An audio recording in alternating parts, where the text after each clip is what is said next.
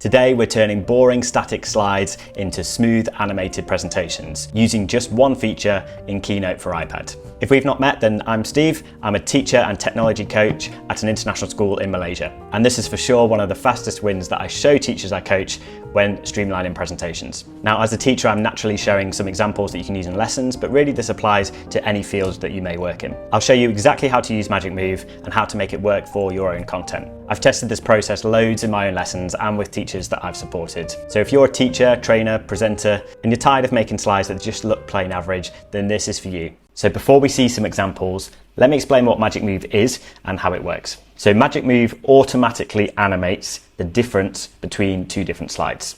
So let me show you what that looks like. Here on my blank slide, I'm going to add a new shape. At the moment, it's just a black circle. And I'm going to use magicmove to animate this circle into a different type of circle. So let me duplicate this slide. And firstly, I'm going to make the circle bigger. I'll keep it in the middle. And secondly, I'm going to change the color of the circle. So now I'm going to go back to the original circle, the first slide, tap this button and animate. And now I've got the choice of different animations that I can add to this slide. And obviously I'm going to use the magicmove animation. And it gives you a preview here. You can see how it's going to transform that circle from its original smaller shape to its bigger shape and change color.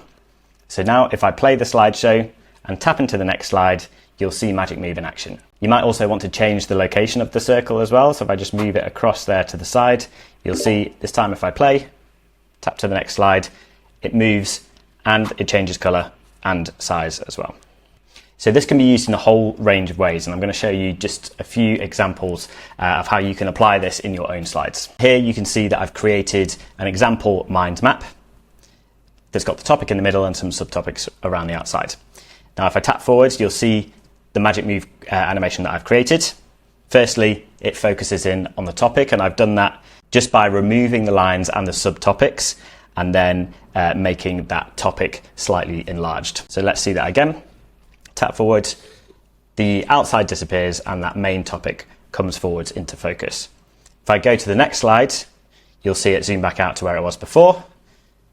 And now I'm focusing in on the subtopic. Okay, again, all I've done here is just change the position of the topic and the subtopic, enlarge the subtopic slightly and removed the things that I don't want to focus on.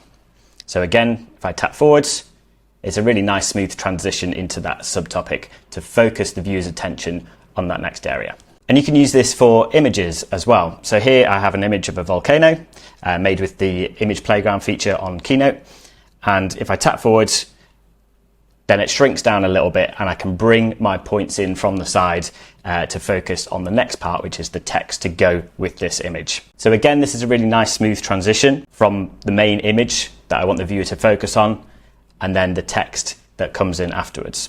And you'll notice that that text has moved in from the side, and that's because on my original slide, I still had that text there, but it was off the slide, off the page. So when magicmove creates that animation, it's bringing it from the side of the slide back into the middle. So let's see that again. Here's the main image, and that text smoothly drags in from the side there. You can also use magicmove with bar charts and visual data as well. Here's an example bar chart. This is a 3D bar chart which you can create on this charts section up here. So I've added an example, and you'll see on my next slide that I've changed the colors and some of the data as well. So you can see that some of the bars have changed size. And again, magicmove helps us to smooth that transition from this slide to the next slide by slowly, gradually changing those colors and changing the size of the bars to match the data that I've put in. Timelines are also a great way to test out the magicmove feature. Here you can see a timeline that I've created, and if I tap forward, then we can kind of scroll across that timeline and zoom in on the part that I want to focus on.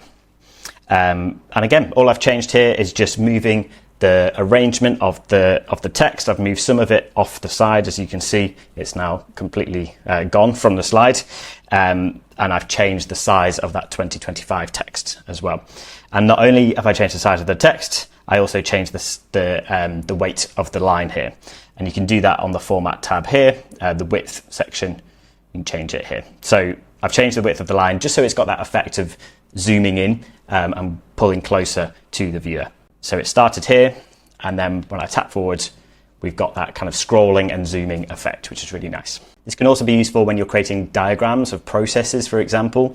So you could play an animation like this, where you've got a life cycle, this time of a chicken, and if I tap forward, it zooms in on the next part of the life cycle. So again, we can bring the viewer's attention and focus to that specific part of the diagram, bring in some text from the side as well. Same goes for maths problems. Maths problems are best represented visually to really help and support students. So you can see here I have a word problem. It's just a simple addition problem, but I've represented it with this bar model here. So there are 12 cats, there are going to be 17 more cats, and the question is how many cats are there in total? So I can represent this with bar models using that magic move animation as well. If I tap forward, we can see that that blue bar increases. All I've done is change the size on the second slide to just make that width a bit longer, and Magic Move does the rest, and added in that text for the next number as well.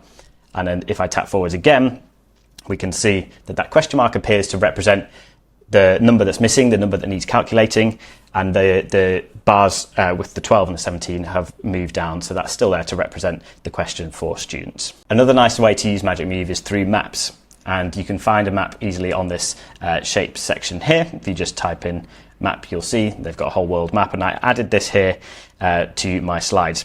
On the next slide, I've zoomed in, and I've focused in on the UK. So perhaps I'm building a presentation where I'm speaking about the UK's location in the world, and I want to zoom in to focus the viewer's attention on that. So you'll see here that not only does it zoom in because I've enlarged the map, but some of the colors have changed as well to help the viewer focus on the next part. And to do that, I've used the break apart feature. So if I just add a new slide here, I'll just show you quickly how that works. So I'm going to add this map, expand it a little bit like this. So if I select the map here and make sure that I'm on this arrange tab in the format section, and you'll see that this icon at the bottom, break apart. And once I hit that button, the whole image has been broken into different sections.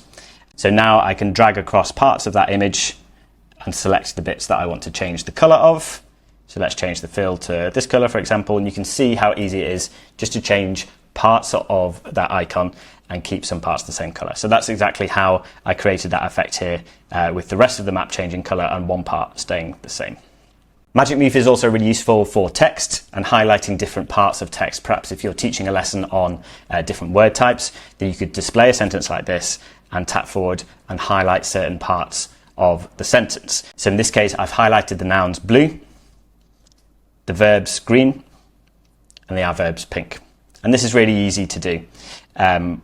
We simply just duplicate the slide again, highlight the specific words that we want to change the text color, and obviously I've changed the weights there as well and changed that to bold. And then you just need to edit those for the next few slides, depending on which words or phrases you want to highlight to discuss in the lesson. And one final example here, I've got a sorting chart. It's sorting fruits and vegetables into different locations. So as a class, you could discuss this together.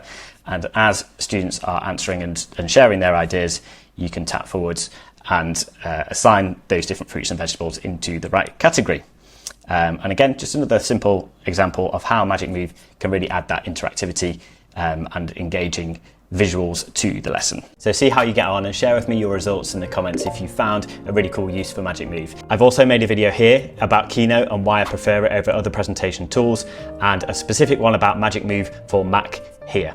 See you next time.